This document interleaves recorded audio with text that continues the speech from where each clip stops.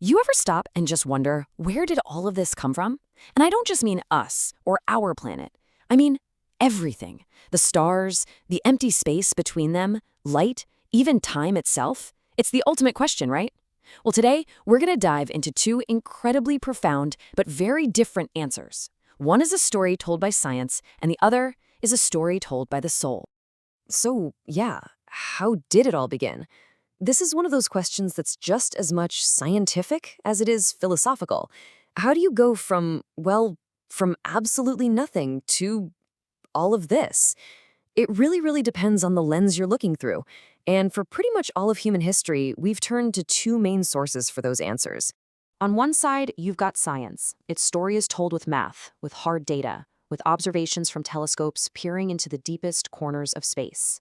And then, on the other side, you've got scripture. Its story is told with metaphors, with philosophy, and with moments of revelation. We're going to explore both today, and we're starting with the one that, well, begins with a bang. Okay, let's start with the scientific explanation, the one that's most widely accepted today. It's an absolutely wild story of unimaginable energy, impossible speeds, and a cosmic evolution that all starts from a single, tiny point. So the core idea here is something called a singularity. I want you to try and imagine this. Take everything, every star, every galaxy, all of it, and crush it all down into a space that's smaller than the head of a pin. You'd have this impossibly hot, impossibly dense little ball of pure potential. Then, about 13.7 billion years ago, that little point exploded. But here's the mind-bending part. This wasn't an explosion in space. It was the explosion of space. In that one violent instant, time itself began.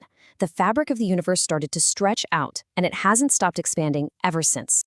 You know, those first moments were just a total frenzy of creation. I mean, within a single second, the basic laws of physics as we know them just appeared. A few minutes after that, the very first elements started to form. It still took another 380,000 years for simple atoms to come together and almost a billion years before the first galaxies started to light up the dark.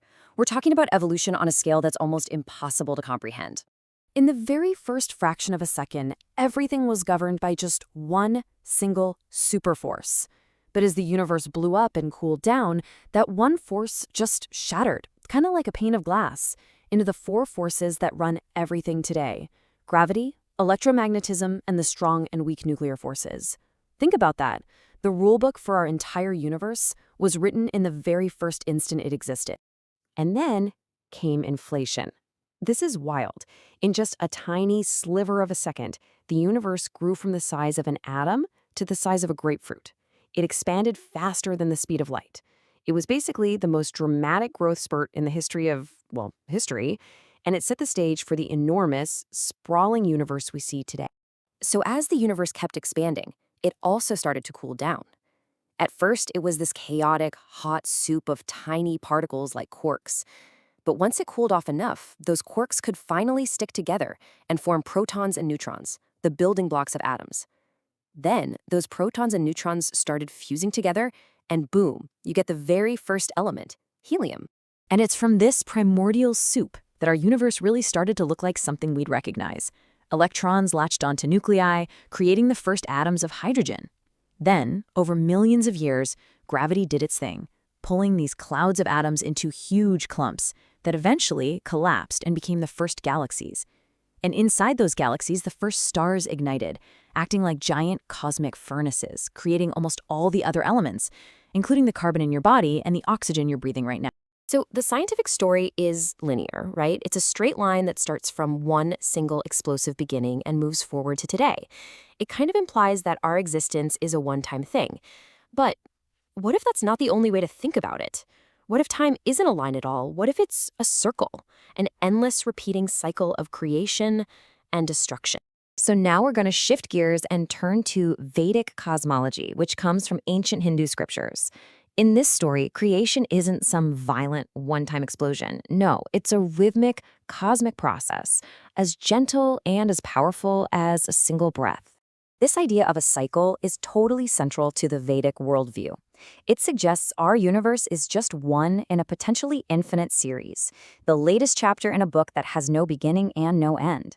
And that's a profound thought, isn't it? It means our existence isn't some fluke accident, but a natural part of an endless cosmic rhythm. And get this cycle doesn't just apply to our one universe. We're talking about a multiverse.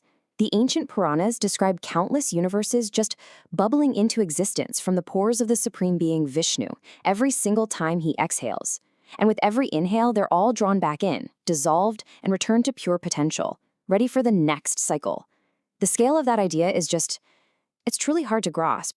Now, it's important to remember this isn't a scientific theory that you can test with data. It's a spiritual one. The ancient sages who wrote these texts said they got this knowledge in deep states of meditation. It was a kind of divine revelation that they believed went way beyond the normal limits of the human mind. So it's less of a hypothesis and more of a metaphysical truth. So, here we are. We've got two completely different stories about how everything began. One is this linear history of a single universe, born from scientific discovery.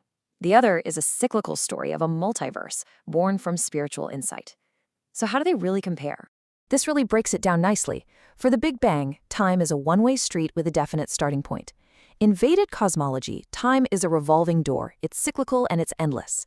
The Big Bang talks about one single expanding universe. The Vedic view imagines a multiverse with countless universes, and the origin itself is totally different. One is a physical singularity, the other is a recurring divine act.